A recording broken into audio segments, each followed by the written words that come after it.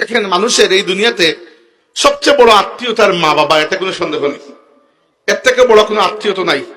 আর আল্লাহ তাবারাকা ওয়া তাআলা আল্লাহর ইবাদত করার নির্দেশ দেওয়ার পরে দ্বিতীয় যে নির্দেশ আমাদেরকে কোরআনের আয়াতের মধ্যে দিয়েছে সেটা হচ্ছে মা বাবার প্রতি সদাচরণ করা।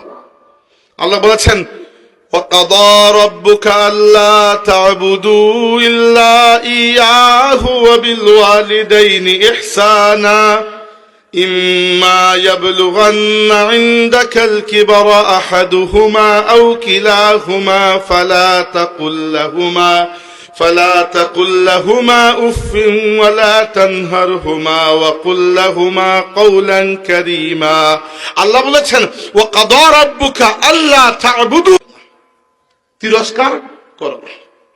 وقل لهما قولا كريما, খালি তিরস্কার না করলেই যে হয়ে যাবে এরকম তো না। তিরস্কার করলেন না, মুখ বুথা করে বসে থাকলেন সারাদিন মা বাবার সামনে, হবে না। وقل لهما قولا كريما, মা বাবার সাথে অত্যন্ত নরম, করিম, নরম, ভদ্র, সুন্দর সভ্য ভাষায় কথা বলো। ঠিক আছে, এতটুকু করলাম, হক আদায় হয়ে গেল না? আল্লাহ বলছে হক আদায় হয় নাই। واخفض لهما جناح الذل من الرحمة وقل رب ارحمهما كما ربياني صغيرا واخفض لهما جناح الذل من الرحمة, মা বাবার জন্য তোমার দুই বাহুকে অসহায় অবস্থায় রহমতের বাহু বানিয়ে দাও। কয়েকটা অর্থ কিন্তু এই আয়াতের হতে পারে। একটা হচ্ছে যে মা বাবার খেদমতে তোমার নিজেকে নিযুক্ত করে দাও, এটা একটা অর্থ। দুই নম্বর অর্থ হতে পারে যে মা বাবার সাথে সর্বদা দয়ার মায়ার আচরণ, কোনো সময় টেলা আচরণ করা যাবে না। আরেকটা অর্থ এখানে হতে পারে যে অন্য সবার সাথে যেরকম বুক ফুলিয়ে চলাফেরা করো, মা বাবার সামনে এরকম বুক ফুলিয়ে চলাফেরা করা যাবে না। এমনকি মা বাবার জন্য ন্যায় অন্যায়ের কোনো প্রশ্নও আসবে না যদি না আল্লাহর নাফরমানি তারা করে ফেলে। আল্লাহর নাফরমানি করলে লা তাআতা লি মাখলুকিন ফি মাসিয়াতিল খালিক, আল্লাহর নাফরমানিতে কোনো ব্যক্তির অনুসরণ করা যাবে না।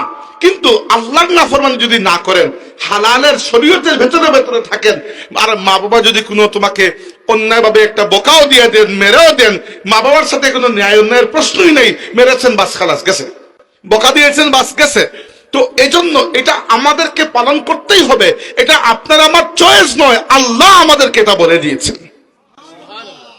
এমন নয় আল্লাহ বলেছেন যে ভালো লাগলে করতে পারো, দেখে দেখ, না না, আল্লাহ প্রত্যেকটা আয়াত কিন্তু নির্দেশ সূচক।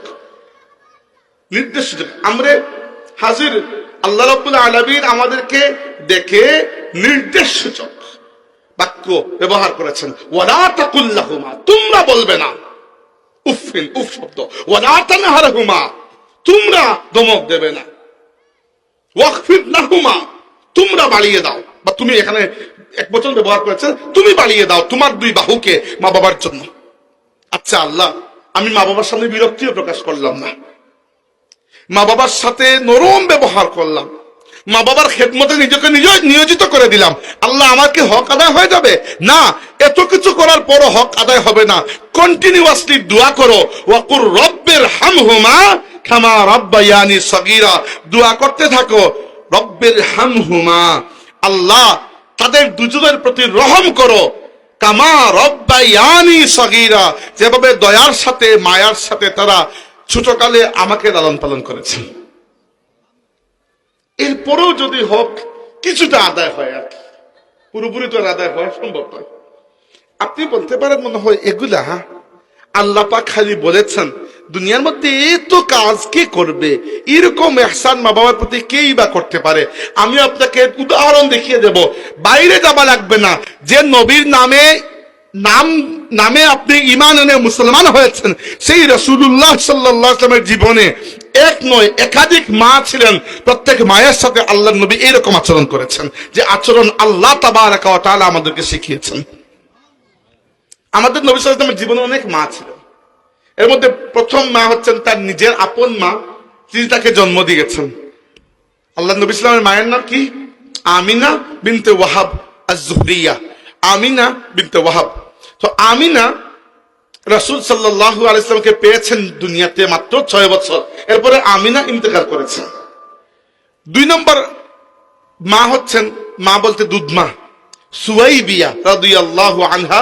তিনি সেই মহিলা যিনি আল্লাহর রাসূলের চাচা আবু লাহাবের কৃতদাসী ছিলেন এবং আল্লাহর রাসূলের জন্মের পরে আবু লাহাবকে গিয়ে তিনি সুসংবাদ দিয়েছিলেন, তোমার মৃত ভাই আব্দুল্লাহ ঘরে এক পুত্র সন্তান জন্মগ্রহণ করেছেন।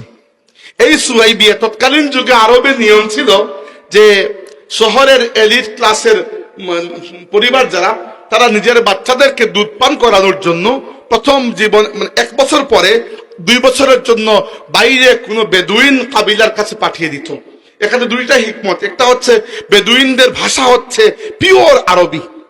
শহরের ভাষা তো নানান ধরনের মানুষ শহরে আসে, ভাষা মিক্স হয়ে যায়, তাই না? গ্রামের ভাষাটা হচ্ছে পিওর একবারে, তো ভালো আরবি শেখার জন্য। আর আরেকটা হচ্ছে শহরে দেখেন মক্কা শরীফ একটা মাল্টিসিটি, যত দুনিয়ার মানুষ, কেউ ব্যবসার জন্য, কেউ হজের জন্য। এখন যে আসছে নতুন করে রোগ নিয়ে আসছে, তো বাচ্চাদের তো রোগের সংক্রমণ জলদি হয়ে যায়। তো বাচ্চাদেরকে যদি 2-3 বছর বাইরে রাখা যায়, এরা মরুভূমির ওই টাফ লাইফটাও শিখলো, এরা রোগ বালাই থেকেও কিছুটা দূরে থাকলো। আর সবচেয়ে বড় কাজ ছিল এখানে যে আরবি ভাষাটা অনেক সুন্দর করে শিখতে পারলো। তো সুয়াইবিয়ার দুধ পান করার পরে রাসূল সাল্লাল্লাহু আলাইহি ওয়াসাল্লাম দুধ পান করেছেন তার মা, দুধমা হালিমা সাদিয়া রাদিয়াল্লাহু আনহা। হালিমা সাদিয়া রাদিয়াল্লাহু আনহার বাড়ি ছিল তায়েফ থেকে প্রায় 70 কিলোমিটার দক্ষিণ পূর্ব একটা এলাকায়।